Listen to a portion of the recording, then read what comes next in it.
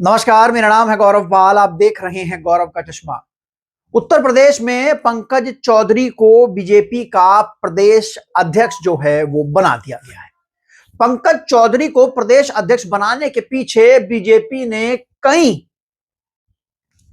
मुद्दों को साधने की कोशिश की है, लेकिन पंकज चौधरी के प्रदेश अध्यक्ष बनने से सबसे बड़ा नुकसान अखिलेश यादव को हुआ है। और जबकि अगर हम इनसाइड स्टोरी में टटोलें या फिर अगर तह तक जाएं तो पंकज चौधरी से बसपा और मायावती को बड़ा लाभ होता हुआ दिखाई दे रहा है। अब आप लोग कहेंगे कि गौरव जी कैसी बात कर रहे हैं, बसपा को इससे कैसे लाभ हो जाएगा। तो हम इसी बात पर आज चर्चा करेंगे। आप लोग अगर पहली बार हमारे चैनल पर आए हैं तो चैनल को सब्सक्राइब कर बेल आइकन दबा दीजिए। महाराजगंज से आने वाले सांसद पंकज चौधरी को बीजेपी का प्रदेश अध्यक्ष बनाया गया। लंबे समय से भाजपा में जो प्रदेशों के अध्यक्ष और राष्ट्रीय अध्यक्ष को लेकर जो खींचतान मारामारी चल रही थी, अब लग रहा है कि वो खत्म होने जा रही है। इससे पहले भूपेंद्र चौधरी जो पश्चिम से आते थे, जाट चेहरा थे, उनको प्रदेश अध्यक्ष बनाया गया और कहीं ना कहीं जाटों को साधने की कोशिश की गई। और अब तो जयंत चौधरी भी एनडीए के साथ हैं, बीजेपी के साथ हैं, एनडीए में। अब पंकज चौधरी को क्यों लाया गया है, इसके लिए हम चलते हैं 2024 के लोकसभा चुनाव में। 2024 के लोकसभा चुनाव में अखिलेश यादव ने जो बहती गंगा में हाथ धोए और जो टिकट बंटवारा किया, उन्होंने 10 कुर्मियों को टिकट दिए। 10 कुर्मियों को टिकट देने पर समाजवादी पार्टी में लगभग 4 से 5 कुर्मी सांसद जीतकर आए। उनके जो प्रदेश अध्यक्ष थे नरसोत्तम पटेल, वो भी कुर्मी, एसपी सिंह पटेल प्रतापगढ़ वाले, वो भी कुर्मी। उसके अलावा तमाम लालजी वर्मा, वो भी कुर्मी। उसके अलावा तमाम और कुर्मी नेता थे जो सपा से सांसद बने। अब ऐसे में अखिलेश यादव का जो पूरा फोकस था वो 2027 के विधानसभा चुनाव पर था कि कैसे Akhilesh Yadav OBC vote bank को एकत्रित करें और ओबीसी वोट बैंक को एकत्रित करके 2027 के लिए बीजेपी को चुनौती दे। अब पहले ही अखिलेश यादव के पास बीजेपी को हराने के लिए वोट बैंक मौजूद नहीं था। 7% यादव, 20% मुस्लिम, कोई बड़ी बात नहीं कर पा रहे थे। लेकिन 24 के चुनाव में अखिलेश यादव को कुर्मी भी मिला, दलित भी मिला और अखिलेश यादव एक अच्छा खासा समीकरण बना ले गए। लेकिन 27 की लड़ाई बिल्कुल अलग है। 27 की लड़ाई में बीजेपी ने को लगा कि शायद कुर्मी ना छिटक जाए, क्योंकि उधर आशीष पटेल, अनुप्रिया पटेल भी नाराज चल रही हैं और इधर अखिलेश यादव भी कुर्मियों को वरीयता दे रहे हैं। तो ऐसे में बीजेपी ने सही से साधा और 5 से 7 बार के सांसद पंकज चौधरी को प्रदेश अध्यक्ष यूपी में बना दिया। अब पंकज चौधरी महाराजगंज से सांसद हैं, कोई कहता है योगी के क्षेत्र से आते हैं तो योगी के आदमी हैं, और अब प्रदेश अध्यक्ष बनने वाले हैं या बन गए हैं। तो वहीं अखिलेश यादव को एक बड़ा झटका इस वजह से भी लगा क्योंकि कुर्मी लीडरशिप को बीजेपी ने एक बड़ी वरीयता दी है। देखिए, कुर्मी वोटर एक ऐसा वोटर है जो अपनी लीडरशिप को वोट देखकर वोट देता है। जो भी उस लीडरशिप को आगे बढ़ाता है, जो भी उस लीडरशिप को लेकर बढ़ता है, जो भी उनको टिकट देता है, वो उसको वोट देते हैं। बीजेपी ने सबसे बड़ा खेल यह कर दिया कि उन्होंने कुर्मी जाति के एक व्यक्ति को प्रदेश अध्यक्ष बना दिया। अब इसके चलते आशीष पटेल, अनुप्रिया पटेल की जो नाराजगी थी वो भी थोड़ी ओवरकम होने की कोशिश हुई। इसके साथ साथ समाजवादी पार्टी भी कमजोर हुई। अब सपा कमजोर हुई तो यहां पर बसपा को लाभ हुआ। बसपा को क्या लाभ हुआ? उत्तर प्रदेश में एक चिंगारी बिहार चुनाव से लग चुकी है कि भाजपा को हराने में इंडिया गठबंधन सफल नहीं हो रहा है।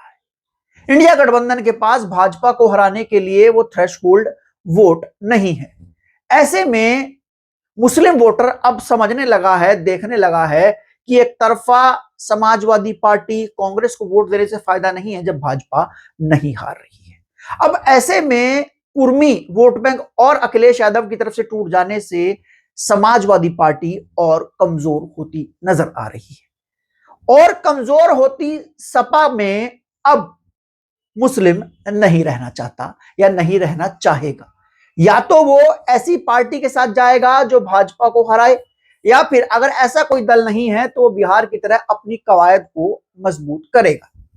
ऐसे में बहुजन समाज पार्टी के पास एक बड़ा चांस है कि वो मुस्लिम वोट बैंक को अपनी तरफ लुभा सकती है, और लुभा भी रही है। जिस तरीके से दिख रहा है, लगातार बीएसपी में बड़े मुस्लिम नेता जो हैं वो पार्टी ज्वाइन कर रहे हैं, और समाजवादी पार्टी के जो नेता हैं वो ओवैसी के साथ गठबंधन करने की बात कर रहे हैं। इसका मतलब साफ है कि सपा से मुस्लिम दरक रहा है, सरक रहा है।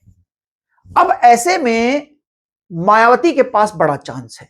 देखिए, मायावती को कुर्मी वोटर से कोई मतलब नहीं है, कुर्मी वोट नहीं करता है बसपा को बिल्कुल भी, बहुत कम वोट करता, टिकट विकट मिल जाए तो करता है। ऐसे में बीएसपी अपना दलित वोट बैंक वापस पा रही है और पंचायत चुनाव तक पूरा पा जाएगी। इसके अलावा जो मुस्लिम वोट बैंक है वो अगर बीएसपी की तरफ अप्रोच कर जाता है तो बीएसपी को यहां से एक बड़ा लाभ हो सकता है, क्योंकि कमजोर होती सपा में मुस्लिम के रहने का कोई मतलब नहीं है, क्योंकि अब तो और भी कमजोर कुर्मी नहीं है।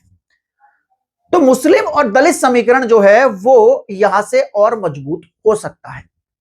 लेकिन बीजेपी ने एक गलती भी कर दी है, मुझे ऐसा लग रहा है कि पंकज चौधरी को उन्होंने प्रदेश अध्यक्ष तो बना दिया, लेकिन अति पिछड़ों का वोट वो किस तरीके से लुभाएंगे, अति पिछड़ों के लिए क्या कुछ करेंगे बीजेपी वाले, क्या सामाजिक न्याय की जो रिपोर्ट है, सामाजिक न्याय समिति की जो रिपोर्ट है जो ओबीसी आरक्षण वर्गीकरण की बात करती है, उसको लागू करेंगे। अगर उसको लागू करेंगे तो सबसे ज्यादा विरोध यादव और कुर्मी करेंगे, तो फिर कोई फायदा नहीं है पंकज चौधरी को प्रदेश अध्यक्ष बनाने का। और अगर वो रिपोर्ट की बात नहीं करते हैं, और ये रिपोर्ट, हालांकि समाजवादी पार्टी और भाजपा इस रिपोर्ट पर चर्चा नहीं करना चाहेंगी, क्योंकि सपा को भी नुकसान है रोहिणी कमीशन और सामाजिक न्याय समिति की रिपोर्ट से, और बीजेपी को भी नुकसान है।